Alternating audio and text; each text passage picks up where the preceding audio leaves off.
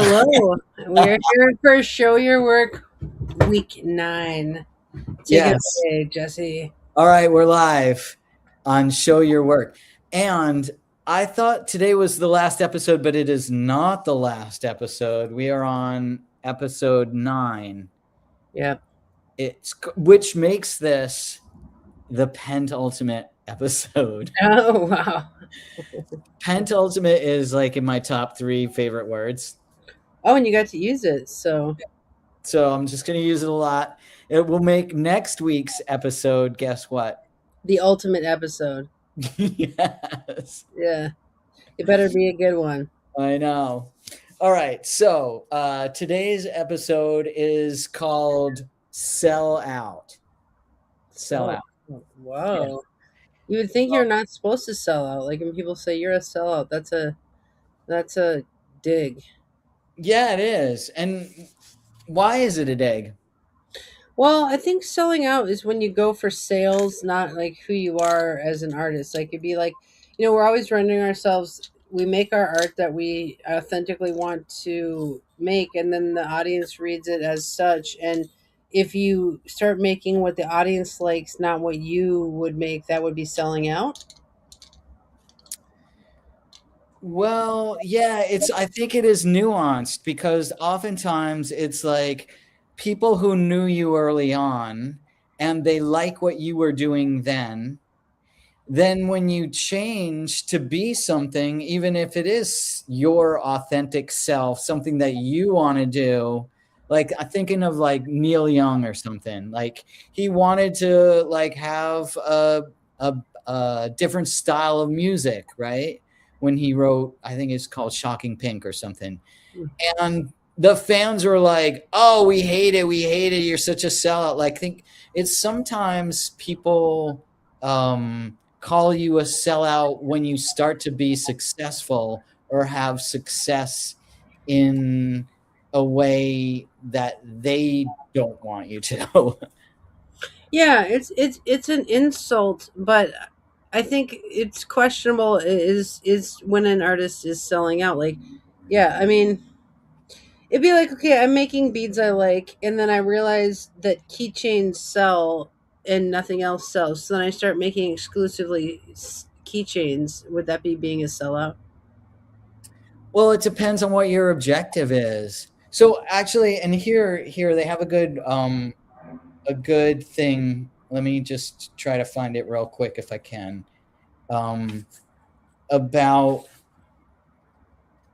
well, I can't find it at this very second, but it says that what you want to do is do things that you love, and then if the money comes, great. But don't do things for the money if you don't love them. So I think maybe that's the distinction. Like, don't be afraid of being called a sellout when you start to sell out of the things that are your art that you love making. Mm, mm. Interesting.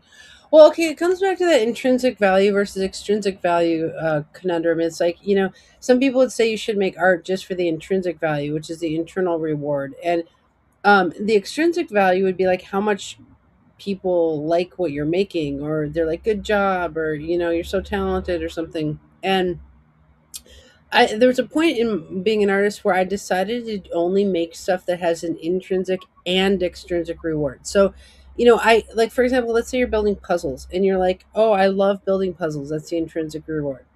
But let's say there's two options for a puzzle. One is one that's a silly picture that no one likes, and then there's a picture of a clown that is super cool. Always puzzle the picture of the clown that is super cool, because then there's extrinsic reward as well, and that makes it a win-win. Like, it just makes it more of a win than puzzling. You get the same amount of intrinsic reward with both puzzles, but Mhm. one also has this extrinsic reward. And I think when people buy your art, that's like a really good extrinsic reward. It feeds you back with encouragement as well. Mhm. Yeah.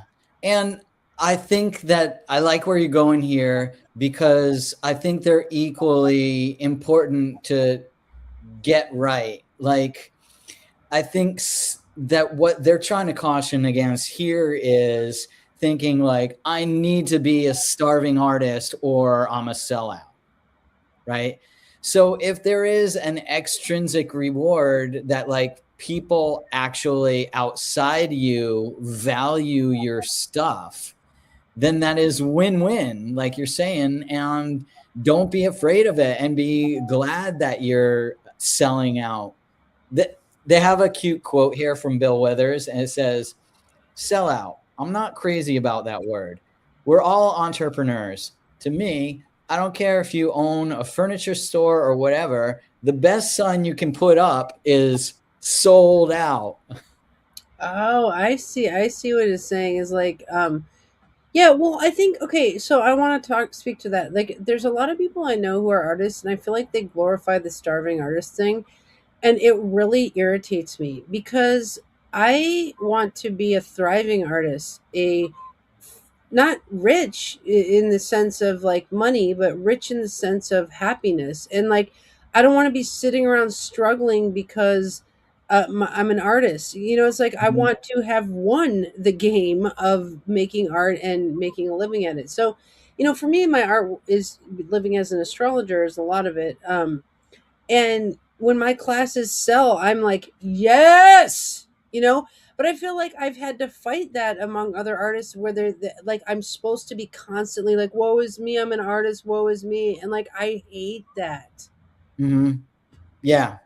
No, I'm with you. And we do have to pay for our lives. So if we can pay for our lives in doing things that we love, then, win-win, like you're saying. Like Michelangelo painted the Sistine Chapel, which is a beautiful piece of artwork because he was commissioned to do it and he got paid to do it. Hmm.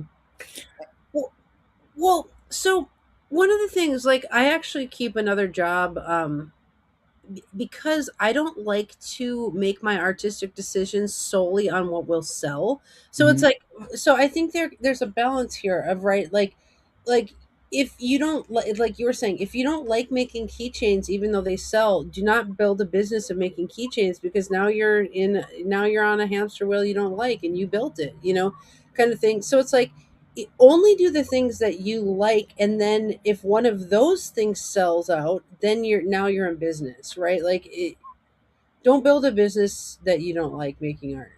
Yeah. Yeah. Right on. And then let's see.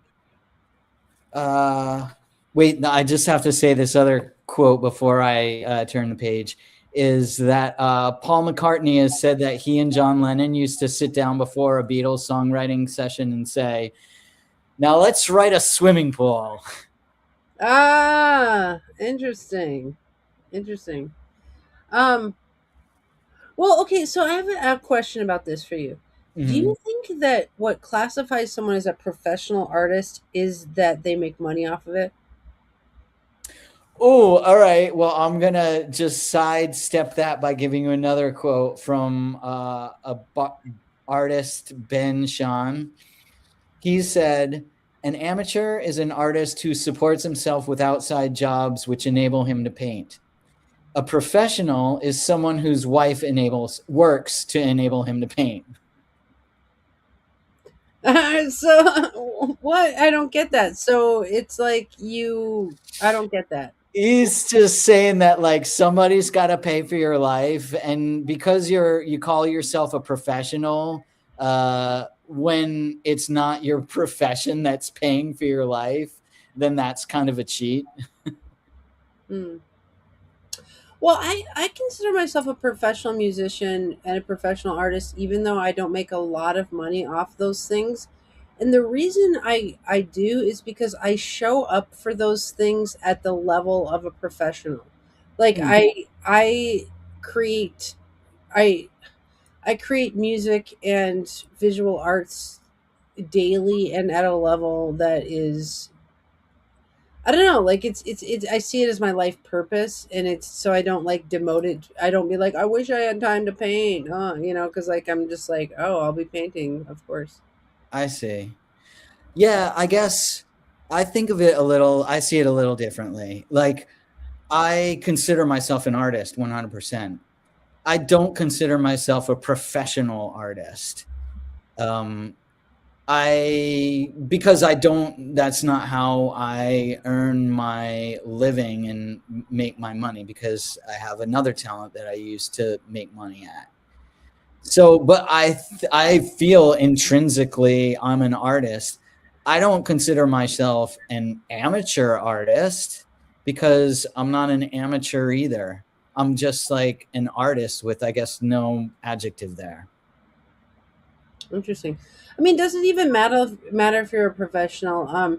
Like, okay, so an example of this is like I like make my beads, right, and I make my bead embroideries, and I'm to the point where I'm ready to take commissions for them, because if someone, what that would be is somebody paying for me to interrupt my own personal queue with their project, basically, because I always have projects in a queue, but if they're like, do my dog Sally, okay, well, all right, if you pay me, I'll move it up the queue, but the reason I'm reluctant to do the money exchange for it is then it makes it feel different. Like now I feel Mhm. pressure on the project that is of a perfection standpoint, as to be like I don't know, like I don't like mixing the money with the art that much, Mm. because art is a flow state. Mhm.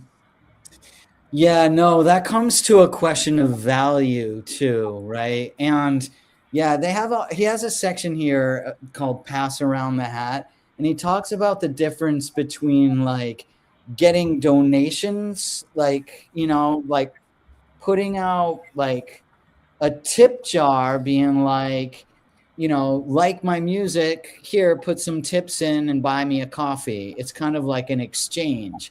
But I'm thinking, like, in the way you're phrasing it, like, that would be you did the thing you loved, and then if they appreciate it and value it, they pay you for it. Right. But it's, say that you put up a like a Indiegogo or whatever those things are, where you ask for donations and say, like Amanda Palmer did that and was like, hey, I'm gonna have a Kickstarter, like, um, after sharing all her music freely and stuff, and saying, help me raise money to record my next album. I need $100,000. Hmm. And they ended up donating $1 million. People did. Wow. But there's a thing that there are strings attached with crowdfunding, because then people have some expectations of like how much input they have into what the product is going to be like. Well, Right. and that's the same with Eighth House funding, which is getting grants for art. Mm-hmm. Because then you're at the whim of whoever is giving you the grant, you have to do certain things and you can't do other things. Yeah. Yeah. And we've talked about this a lot of like, we don't want to get grants because then you're spending all your time like writing the grants, and then you have to like follow all the rules and do all the paperwork. And we'd rather have, just invest our own time into our other jobs to get money to retain that freedom. Hmm. Hmm. I will say something about this. This is kind of nuanced, and tell me if am I making this too much about my personal No, experience? no, Okay. no. Well, okay, so I figured out how to be a professional artist without the whole payment thing. Okay, so we're going to the Northwest Astrological Conference and we're tabling. And I decided, because I can't stop making art, I can't stop making keychains, that I'm going to make keychains to give away. Within them, here I'll show you, like in them there's like a bag with a business card. So it's like a little bag. It's got a business card, and it's got these like advertisements, like come to our classes or whatever kind of thing, discount on classes, but they get this keychain in here. So Mm-hmm. I've learned to make it as part of our brand, is that there's art and keychains and beads in our brand, and I'm giving these away for free, but they will be making us money because of what they are. Like, so it's like, is that being a professional artist? Like, what is that? Like, it's incorporating art into your professional career. You know, it's, so I don't know. I've found creative ways to incorporate art without having to do the money exchange of art for money. Mm-hmm. Mm-hmm. Um, have you heard of swag? Oh yeah. because that's basically swag.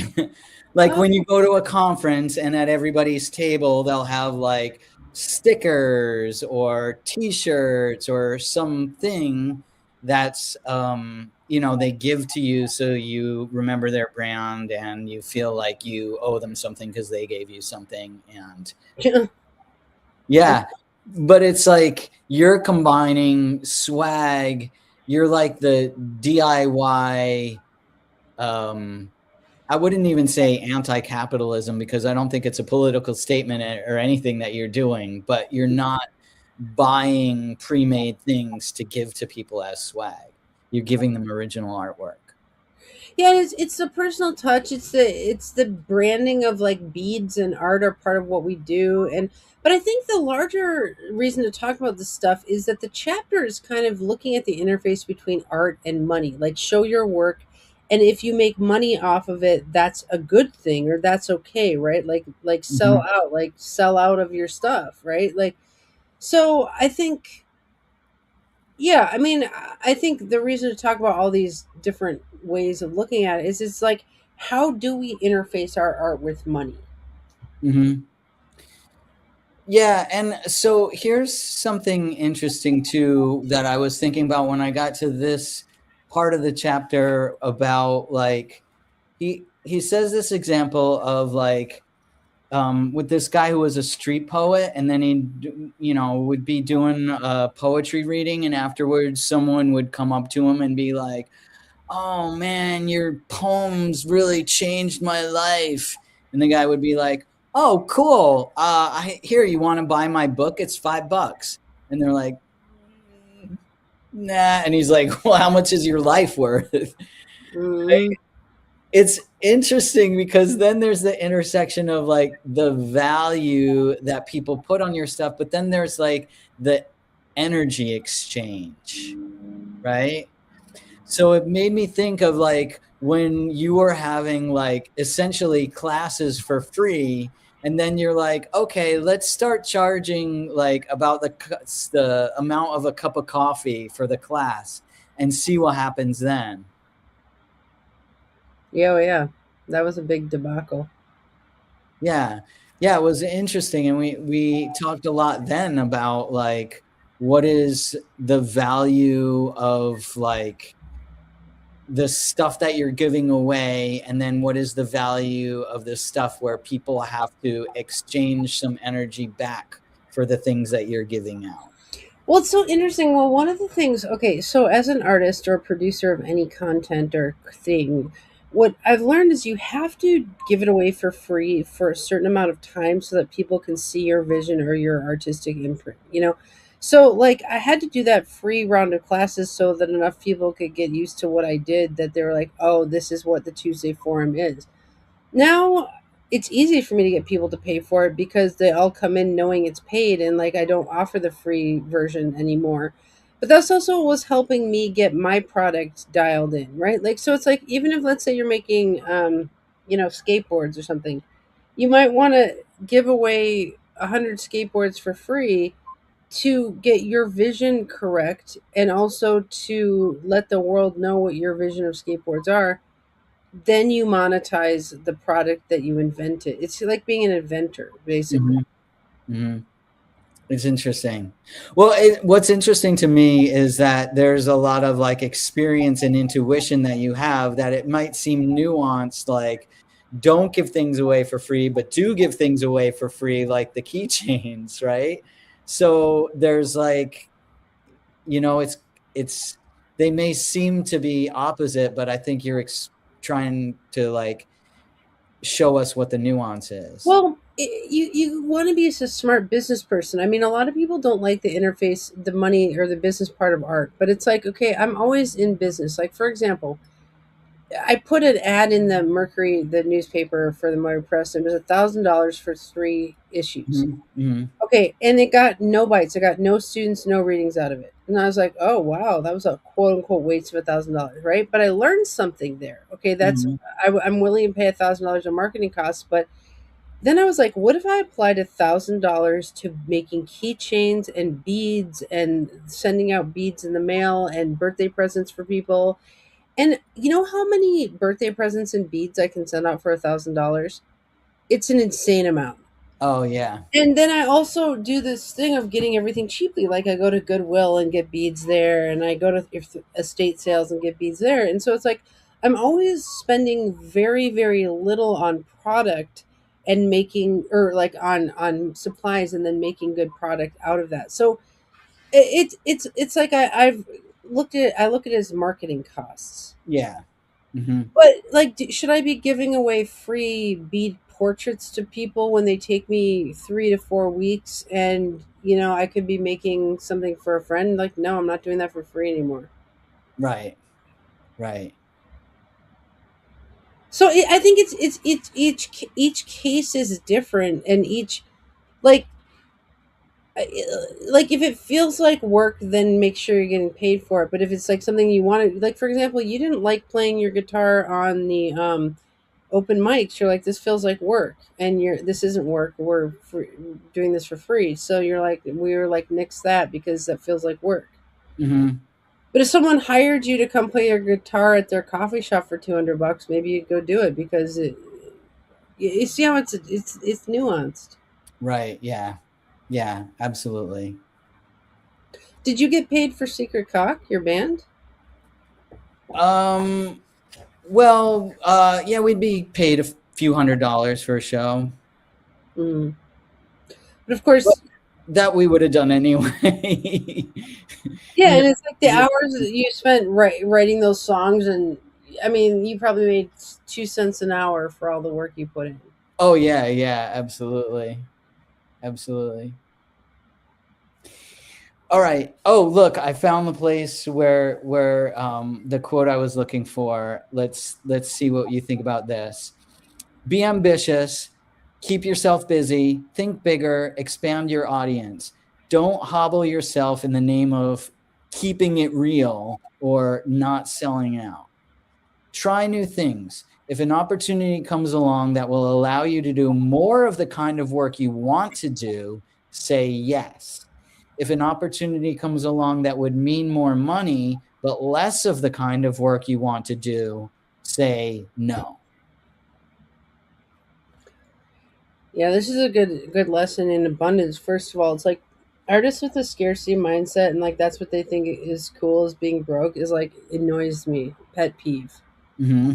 I'm a thrivalist. Like we know from Maslow's hierarchy of needs that unless you have your food, shelter, and water taken care of, you don't actually get up to actualization and making your art anyways. One of Hmm. the things I always do with artists, people who have artist charts, is we get them a job or a 20-hour a week job that gets their food, shelter, and water taken care of, so they have the confidence to go ahead and make their art. People don't feel confident enough to even make stuff if they don't have their bills paid. So I think if you have that like struggling is cool mindset, like you're just not going to make as much stuff as somebody who is like, I want to pay my bills and then make stuff. I don't know. Yeah. Yeah, I'm with you on that. I do agree with that idea though, that you shouldn't be for sale, which is if somebody wants to purchase you, let's say you're a black and gray tattoo artist and you're like, I love doing black and gray, and someone's like, but I want you to do a colorful fairy on my arm. You don't have to be for sale. You're like, well, I don't do colorful fairies. I just don't. I'm not for sale. You know what I mean? Yeah. Yeah. And pass them on to somebody who is that is their specialty, right? Because that, I think, circles back around to the beginning, like don't be alone in this. Like get a tribe of people who all like to do, various things, and then you can yeah, Yeah. have a community. Yeah, and it gets down to like, you couldn't pay me enough to do X, Y, and Z. Like there's a lot of things you couldn't pay me enough to do. Hmm. Like for example, people are always like, I want you to crochet me a blanket and I'll pay you. I was like, you can't pay me enough to crochet you a blanket. That's priceless. Oh The only way yeah. you get a blanket from me is if you're really nice and a good friend to me for a long time. Like, you know who got a blanket? My sponsor in AA, the person who got me sober and saved my life. Now you got a blanket. You know Mhm. what? You know what I'm saying? It's like I also understand that certain pieces of art are absolutely priceless, and to try to price them, it doesn't work that way. Mhm. Yeah. All right, let's go for another part of this chapter. So here's some more tactical advice from them, which is keep a mailing list. So even if you don't have anything to sell right now, you should always be collecting email addresses from people who come across your work and want to stay in touch. So, Andy, I know you've also done this lesson too, because you have an email list that people can get on. And it's actually helped maintain some consistency in like switching platforms because you still have a way to reach your audience that you control, right? Hmm. Yeah, sure. Yeah, and I think you can make a similar case to keep an Instagram. Like my brother's a tattoo artist, and he like posts every tattoo on his Instagram. I mean, or yeah, keep an email list. Like keep not manage your crowd, but actively market to your crowd. Mhm. Yeah, and I guess the point too is like even if you don't have anything to sell right now, or even if you're in a creative period where you're not making a lot of output at the moment, at least you have, some way of keeping in touch with people. And then when you do have something to sell, you have a place to offer it. Absolutely. Yeah. So he does a bunch of things about mailing list and of like never add someone's email address to your list unless they want to be on it. Um, And have an unsubscribe option in case they accidentally get on there.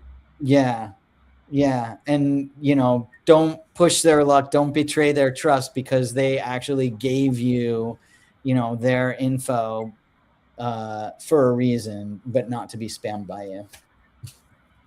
Hmm. All right, let's Well, see. I would have to say another one of worked with artists who are kind of starving artists, and I've tried to teach them marketing. And one person I'm thinking of in particular won't market himself, and it's like, and he's still struggling. And I'm like, you didn't do the marketing thing, like Mhm. so. What I would say about that is like, if you want to be a thriving artist, learn marketing. They say in business it's 20% having a good product and 80% marketing that product. And people think, oh, that's crazy, but I am telling you, you can be the best tattoo artist in the world. If no one knows you exist, you do not make money. You do not make a living. That's just marketing 101. Oh, that's interesting. Well, what do you think then happens if have an artistic talent, but you don't have the other parts in your chart even that would let you be good at self-marketing? How do you Then handle you should work at what you're good at and what you enjoy, make the money there, and pay someone to market your art. If you want to make money off art, it? I see. you should Interesting. hire out marketing. Mm. Well, what do you think about people who are fine being artists and creating artwork and not getting famous or rich from it? That's awesome. I mean, I think the point of this chapter, though, is don't be afraid to sell your art or, you know, yeah. Yeah. Yeah, I guess that is kind of a tangent to the topic, but it always is weird to me where when like, somebody dies and then there's this like undiscovered like newly discovered like all this artwork they made and everybody's like, "Oh, it's such a shame." I'm like, I don't know if it's a shame if they didn't want to get it out there. Yeah, I think the posthumous fame thing comes here. I know a lot of artists like that. They're like, "Oh, no one knows who I am," and they're like kind of fine with that. But it's like, as a go getter and a marketer, like yeah, I don't know. There's a certain amount of quote unquote laziness in. Mhm. God, I sound so negative in this episode, but like, I guess I'm a very hard worker and I'm an entrepreneur. And it's like, for example, we've published 17 books. And it's like, the thing about self-publishing is you have to be a marketer. If you don't market your books, you won't ever sell a book. So it's like the Fugazi style of DIY. It's like Fugazi is a DIY band and they market like or they did, or the point where, I mean, or like Marilyn Manson, he marketed himself like a ton and then he got famous. I mean, I don't know if you look at, I've read articles on it. Every artist throughout time that ever got famous was marketed. Like even the Michelangelos, even even like you have. There's no way it can happen without the letting the world know it exists. There's a difference between selling and marketing. Selling is pushing your product on people, and marketing is letting people know that it's there who already want it. That's marketing. Ah, nice. Right on. And so don't be afraid to market, and don't ruin it for yourself when you get successful by thinking that you don't deserve it. Nice. All right. Thank you, Jesse. All right. That thus concludes the penultimate episode. I'm gonna make you a penultimate. Just kidding. Ooh. You can buy it from me. Oh, thanks. And then you're like, I no, I don't want commission it anymore. you. What? I'll commission you, and then I'll tell you how to make it. All right, I'll see you next week. All right. Bye. Bye.